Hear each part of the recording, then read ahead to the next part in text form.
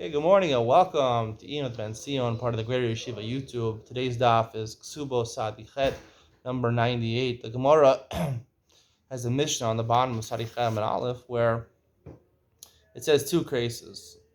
Almana Shaisa Kesubos Masayim, Mamachra Shava Mana B'Masayim.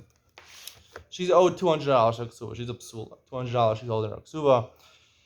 Now she's allowed to sell land of her husband's estate after he dies in order to collect her Kesuba. So let's say she sold a piece of land worth 200, and she's not really good at selling. So they say, "I'll give you $100 for." Okay, it's a deal, $100.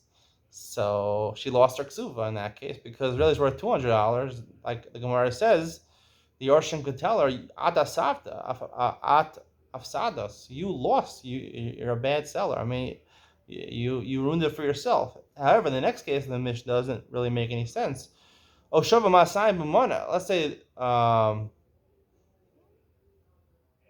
the first case, Machar Shava Mana B'Masayim. It was worth 100. She's a really good real estate agent. She sold it for $200. Again, even though Ksuba is $200, it's considered paid off for Ksuba. How could that be? So the Gemara says, right, in the second case, really the first case I talked about, right, they can tell you lost. She can have a taina, really, I only collected half of my ksuva. I got a better price. I negotiated a better price to get it for $200, but it's really only the land only worth $100. You still owe me another $100. Why not? So the Gemara answers, we paskin kakol balamos, which reflects the opinion of Rabbi Yossi, as the Gemara explains. Rabbi Yehuda doesn't agree with that. Rabbi Yossi does agree with that. He says, akol balamos, when I act as an agent for a sale for somebody else to buy something in the store, to sell land, anytime I act as an agent to get a deal for somebody. So according to Rabbi Yossi, in certain cases you split the profits, the agent and the person who is making the purchase or is selling something. And in certain cases we paskin call it balamos. The Gemara says it depends whether it's yesh lo kitzva and lo kitzva. If it's a fixed price, there's a fixed price. You go to a grocery store, they have these little stickers on them that tell you how much it costs. So that's a fixed price. If it's a fixed price, actually, I'd like to say even in Israel, nothing's a fixed price. You can always haggle here in Israel. I don't know if anything's a fixed price here in Israel. But wherever it's a fixed price, let's say America, you can't haggle with a taxi driver in America. You can't haggle in Macy's. You can't go to Macy's and say, oh, yeah, well, there's a diamond ring over there. It's for $25,000. I'll give you $1. And you know what? If you call me up in a couple days and you want to come over for lunch, you're not invited for lunch, but I'll pay for a hamburger at McDonald's. And the cashier is like, $29,000 is not my ring. I mean, a cheeseburger at McDonald's, I mean, I can't turn it down. So it's not going to work in America. You can't haggle. It's not going to work. So if it's yesh lo kitzva, there's a fixed price for it. So then the person can say, really, it's a fixed price. Most people are not going to budge on the price when there's a fixed price. I got a better deal for you. I sold it for more. I got it for cheap. I bought it for cheaper. We split the profits. I'm just as much responsible for your profits as you are, according to Rabbi Yossi.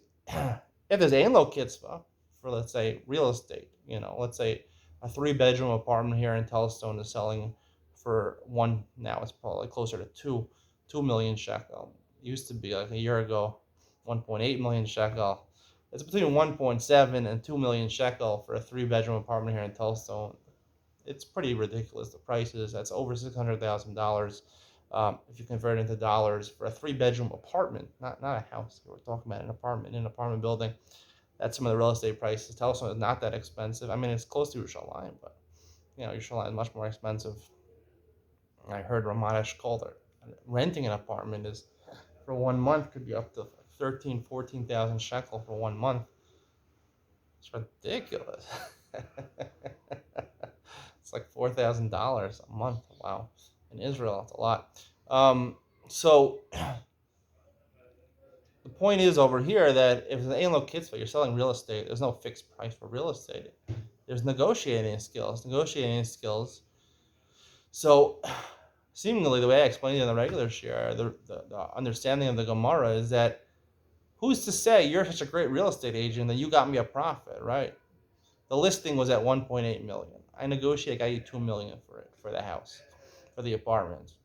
Okay, maybe a different negotiator could also. It's a hot market now. There's a shortage of housing here in Israel.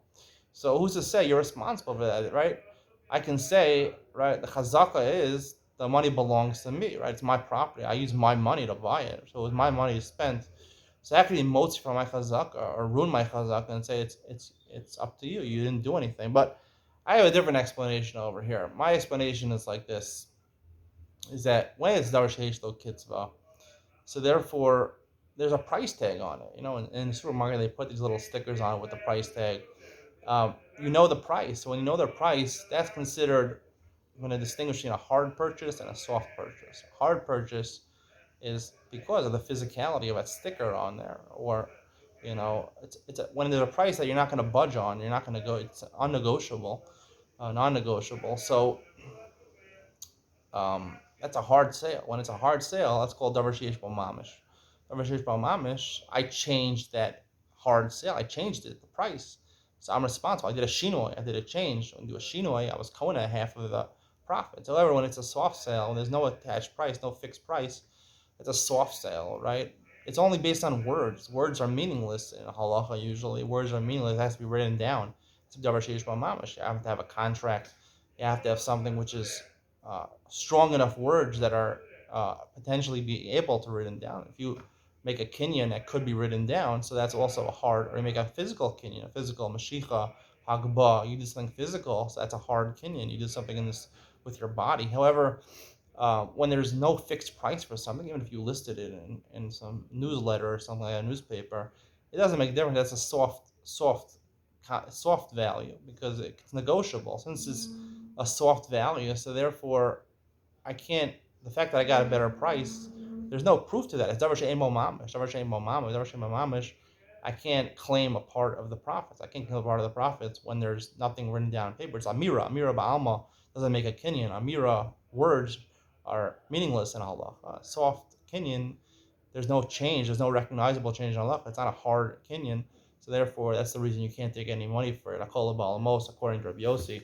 Not that maybe you are the best real estate agent, but it doesn't make a difference. Even if you're the best real estate agent, you can prove there's no one who will get as good a price for this house as you will. Nonetheless, it doesn't make a difference. It's a soft kinyan. A soft kinyan is just amira ba'alma, it's just words, and you can't take a profit for amira ba'alma. There's no kinyan. That's the way I like to explain it. I hope you enjoyed today's share. See you in the next one.